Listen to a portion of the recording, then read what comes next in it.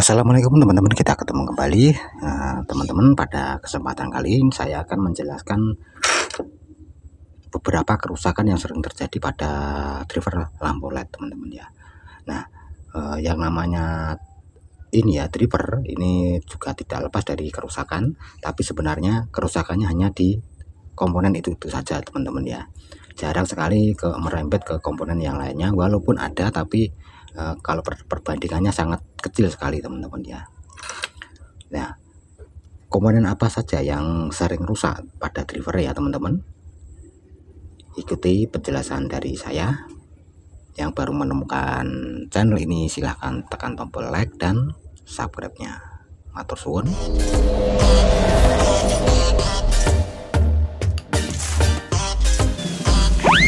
Teman-teman, kita langsung saja. Untuk driver teman-teman ya, yang sering rusak ini yang pertama, yang paling sering rusak. Yang pertama adalah ini, misalnya ini saya contohkan suatu driver seperti ini ya teman-teman. Ini adalah IC-nya. Ini yang pertama sering sekali rusak teman-teman ya.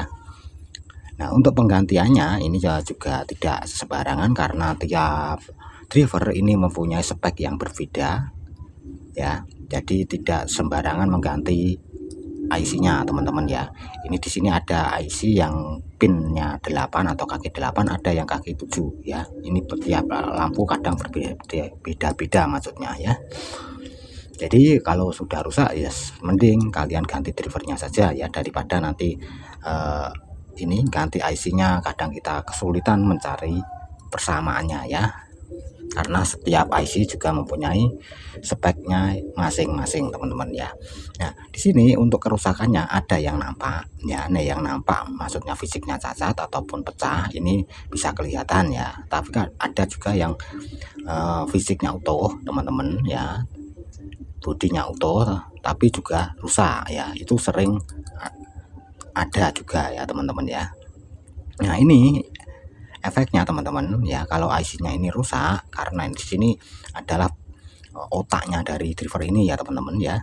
Ini kalau sudah rusak maka ini bisa menyebabkan lampu LED menyala redup, yang pertama. Terus yang kedua, ini kalau kita kalau rusak ya, ini biasanya mengakibatkan chiplet yang dipasang ya sebagai bebannya, ini kalau kita tancapkan, kita aliri tegangan teman-teman, tegangan dari PLN ya, ini akan seketika chiplet akan langsung mati.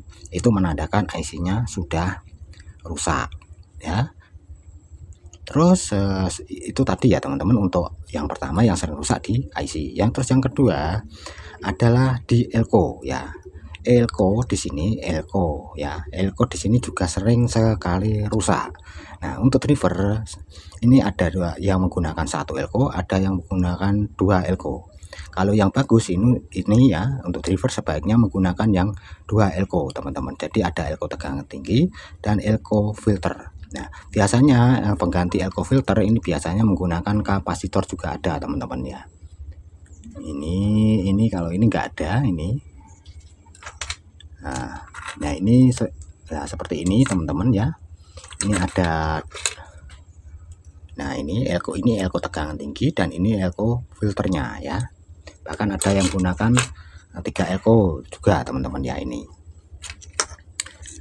Nah teman-teman, untuk elko-nya biasanya akan kelihatan teman-teman ya, kelihatan kalau lampu bermerek ya.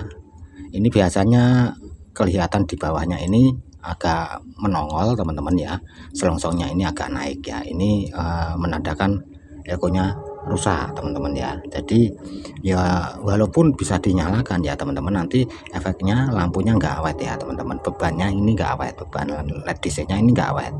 Dan di sini juga ada teman-teman ya, bagian atasnya ini agak mengembung ya. Kalau agak mengembung ya, mengembung ya ini sebaiknya kalian ganti ya. Ini juga nanti akan berpengaruh teman-teman ya. Nah, itu yang kedua yang sering rusak teman-teman ya. Terus yang ketiga adalah dioda. Nah, dioda SMD yang kakinya 4 ini ya teman-teman ya. Ini juga sering rusak, tapi dibanding IC dan ini elko-nya ini jarang sekali ya teman-teman, jarang mengalami kerusakan ya. Nah, biasanya dioda kerusakannya ini terdapat di inputnya teman-teman ya. Ini bisa ditandai dengan ini, kalau ada resistor fuse-nya ya, yang R resistor yang dibungkus ini kalau ini sering putus ya, sering putus, kalau kita nyalakan sering putus, ini menandakan elko-nya bagian inputnya ini yang sudah rusak teman-teman ya.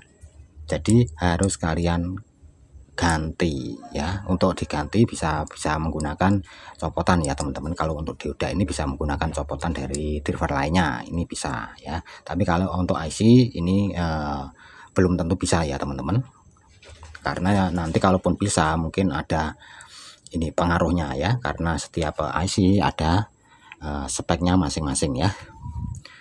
Nah di sini ya kalau tidak ada resistor fuse-nya teman-teman, kalau kerusakannya pada dioda ini bisa kita ini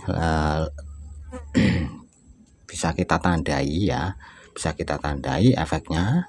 Kalau lampu ini ya, driver ini ditancapkan, dinyalakan, maka MCB listrik akan jeglek. Ini menandakan diodanya sudah short teman-teman, sudah konslet ya, jadi tidak bisa digunakan lagi ya.